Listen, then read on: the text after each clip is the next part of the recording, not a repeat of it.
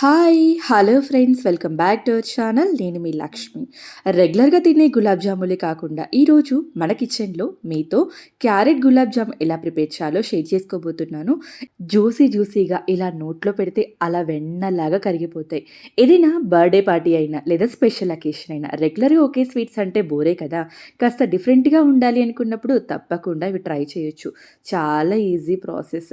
ఇక ఏమాత్రం లేట్ చేయకుండా నోరూరించే క్యారెట్ గులాబ్ జామ్ ఎలా చేయాలో చూసేద్దామా? మీలో ఎవరైనా కొత్తగా మన ఛానల్‌ని చూస్తున్నట్లయితే వెంటనే ఛానల్‌ని సబ్స్క్రైబ్ చేసుకోండి. క్యారెట్ గులాబ్ జామ్ ప్రిపేర్ చేయడానికి ముందుగా మనము షుగర్ సిరప్‌ని ప్రిపేర్ చేద్దాం. ఒక బౌల్‌లోకి 1 కప్పు వరకు పంచదారను తీసుకోండి. 1 కప్పు పంచదారకి 1 కప్పు వాటర్ వేసి మంటని మీడియం ఫ్లేమ్‌లో ఉంచి పంచదార పూర్తిగా కరగనివ్వండి. ఈ క్యారెట్ గులాబ్ జామ్ చేయడానికి పాకం ఏమీ అవసరం లేదు. జస్ట్ పంచదార పూర్తిగా కరిగి మనకు ఇలా పాకాన్ని తీసుకున్నప్పుడు కాస్త చేతికి జిడ్డుగా అనిపిస్తే సరిపోతుంది. ఇలా ఉంటేనే గులాబ్ జాములు పాకాన్ని పర్ఫెక్ట్‌గా అబ్జర్వ్ చేసుకుంటాయి. పాకం ఏమాత్రం ముదిరినా గులాబ్ జాములనేవి పాకాన్ని పీల్చవు. ఇందులోకి దంచిపెట్టుకున్న ఇలాచీలు, అలాగే కొద్దిగా ఉంటే రోజ్ వాటర్ కానీ, సాఫ్రాన్ కానీ యాడ్ చేసుకోండి. ఇక్కడ నేనైతే ఏం వేయట్లేదు. ప్లేట్‌తో క్లోజ్ చేసి కాస్త పక్కనుంచండి. ఇప్పుడు ఒక మిక్సీ జార్‌లోకి 1 కప్పు వరకు క్యారెట్ ముక్కల్ని తీసుకోవాలి. అయితే ఇది రెగ్యులర్‌గా తీసుకునే క్యారెట్ కాదు. గాజర్ హల్వా చేయడానికి వాడతారు కదా క్యారెట్, ఆ క్యారెట్ తీసుకున్నాను. ఇఫ్ ఇన్ కేస్ మీ దగ్గర ఇది అవైలబుల్ లేకపోతే నార్మల్ క్యారెట్‌ని యూజ్ చేయండి. క్యారెట్ చక్కగా కడిగేసి, పీల్ తీసేసి చిన్న చిన్న ముక్కలుగా కట్ చేసుకొని మిక్సీ జార్‌లో వేసి బాగా మెత్తని పేస్ట్‌లాగా గ్రైండ్ చేసుకోండి. ఇలా ముక్కలేమీ లేకుండా గ్రైండ్ చేసుకొని కాస్త పక్కనుంచండి. ఇప్పుడు స్టవ్ మీద కడాయి పెట్టి ఇందులోకి 2 టేబుల్ స్పూన్ల వరకు నెయ్యిని యాడ్ చేసుకోండి. నెయ్యి పూర్తిగా కరిగి మెల్ట్ అయిపోయిన తర్వాత గ్రైండ్ చేసి పెట్టుకున్న క్యారెట్‌ని వేసి మంటని లో ఫ్లేమ్‌లో ఉంచి క్యారెట్‌లో పచ్చివాసన పోయి బాగా చక్కగా ఫ్రై అయ్యేంత వరకు 2, 3 నిమిషాల పాటు అంతా కలుపుతూ ఫ్రై చేయండి. క్యారెట్‌లో పచ్చివాసన పూర్తిగా పోయిన తర్వాత ఇందులోకి 1 ½ కప్ వరకు కాచి చల్లారబెట్టుకున్న పాలను యాడ్ చేసుకోండి. మంటని మీడియం ఫ్లేమ్‌లోకి పెట్టి అంతా ఒకసారి బాగా మిక్స్ చేసి ఒక మరుగు మరిగే వరకు మరిగించండి. ఇప్పుడు ఇలా మరుగుతున్నప్పుడు ఇందులోకి 1 కప్పు వరకు సూజీ రవ్వను వేసుకోండి. సూజీ రవ్వ వేసుకున్న తర్వాత ఉండలేమీ కట్టకుండా అంతా బాగా కలిసి దగ్గర పడే వరకు దగ్గరుండి మిక్స్ చేసుకోండి. మీరు ఏమాత్రం అజాగ్రత్త చేసినా సూజీ రవ్వ ఉండలు కట్టేస్తుంది. దగ్గరుండి మిక్స్ చేసుకుంటూ ఇలా బాగా దగ్గర పడే వరకు ఉడికించండి. చూడండి ఉండలనేవి లేకుండా ఎంత చక్కగా ఉందో. ఇలా ఈ కన్సిస్టెన్సీ వచ్చిన తర్వాత స్టవ్ ఆఫ్ చేసి ప్లేట్‌తో క్లోజ్ చేసి కాస్త వేడి చల్లారేంత వరకు వదిలేయండి. ఈలోపు మనము ఒక మిక్సింగ్ బౌల్‌లోకి 2 టేబుల్ స్పూన్ల మిల్క్ పౌడర్, ఈ ప్యాకెట్‌లో ఎగ్జాక్ట్‌గా ఒక 2 టేబుల్ స్పూన్ల వరకు మిల్క్ పౌడర్ ఉంటుంది. ఈ మిల్క్ పౌడర్ అన్ని సూపర్ మార్కెట్‌లో అవైలబుల్ ఉంది. ఇందులోకి జస్ట్ కొద్దిగా పాలను యాడ్ చేసి కాస్త ఉండలాగా ఫార్మ్ చేయండి. ఇలా ముద్దలాగా ఫార్మ్ చేసుకున్న తర్వాత ఇందులోకి ఎండు కొబ్బరి పౌడర్‌ని కానీ లేదా కార్న్ ఫ్లోర్‌ని కానీ యాడ్ చేసుకోండి. ఇక్కడ నేనైతే ఒక table spoon corn flour add చేస్తున్నాను. నేనైతే ఎండు కొబ్బరి పొడిని యాడ్ చేసుకోమనే చెప్తాను. తీరా రెసిపీ స్టార్ట్ చేసిన తర్వాత తెలిసింది ఎండు కొబ్బరి ఇంట్లో లేదు అని చెప్పేసి. సో, ఇంక నేను కార్న్ ఫ్లోర్ వేసేసాను. కొద్దిగా పాలను వేసుకుంటూ ఇలా ఉండలాగా ఫార్మ్ చేసిన తర్వాత చిన్న చిన్న బాల్స్ లాగా ప్రిపేర్ చేసి పక్కనుంచండి.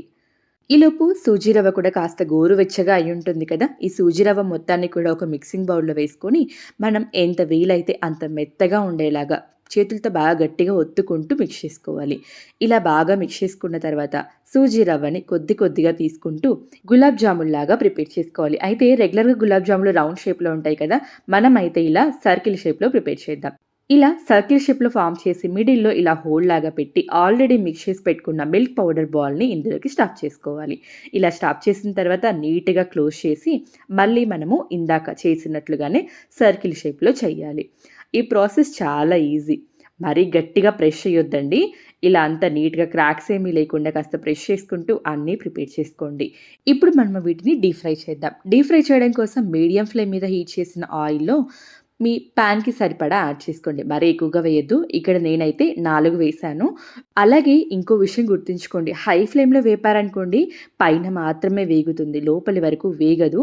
అలాగే షుగర్ సిరప్‌ని కూడా సరిగ్గా అబ్జర్వ్ చేసుకోదు. కాస్త ఓపికగా మీడియం ఫ్లేమ్ మీద ఫ్రై చేయండి. ఇలా వేసిన తర్వాత ఒక 2 నిమిషాల పాటు కాలనిచ్చి అన్నీ కూడా అటువైపు కూడా ఫ్లిప్ చేసి మంచి రంగు వచ్చే వరకు కాలనివ్వండి. ఇలా 2 వైపులా చక్కగా కాలి మంచి గోల్డెన్ కలర్‌లోకి వచ్చిన తర్వాత వీటిని వేడి వేడిగా అలాగే షుగర్ సిరప్‌లోకి డ్రాప్ చేసుకోవాలి. ఇవి ఏమాత్రం చల్లారినా షుగర్ సిరప్ అనేవి పూర్తిగా అబ్జర్వ్ చేసుకోవు. షుగర్ సిరప్‌ని మనము స్టార్టింగ్‌లో ప్రిపేర్ చేసుంటాం కాబట్టి కాస్త గోరువెచ్చగా ఉంటుంది. మరి పూర్తిగా వేడిగా అయితే ఉండదు. పాకం కానీ, జాములు కానీ ఏదో ఒక్కటే వేడిగా ఉండాలి. 2 వేడిగా ఉన్న జాములు చిదిమేసినట్లుగా అయిపోతాయి. ఇలా వేసి క్లోజ్ చేసి ఒక 20 నిమిషాల పాటు అలా వదిలేయండి. అప్పుడు ఇలా పర్ఫెక్ట్‌గా జ్యూసీగా జాములనేవి రెడీ అయిపోతాయి. చూడటానికి ఎంత యమ్మీగా ఉన్నాయి కదా! జ్యూసీగా క్యారెట్ గులాబ్ జామున్ రెడీ. ఇక ఎందుకు లేటు వేడి వేడిగా సర్వ్ చేసుకుందాం. అన్నీ ఇలా సర్వ్ చేసుకున్న తర్వాత ఫైనల్‌గా కొంచెం అంత షుగర్ సిరప్‌ని పైన సన్నగా తరిగి పెట్టుకున్న బాదం పలుకుల్ని వేసుకొని ఒక్కొక్కటి అలా తింటూ ఉంటే ఆహా! ఎంత టేస్టీగా ఉంటాయో తెలుసా?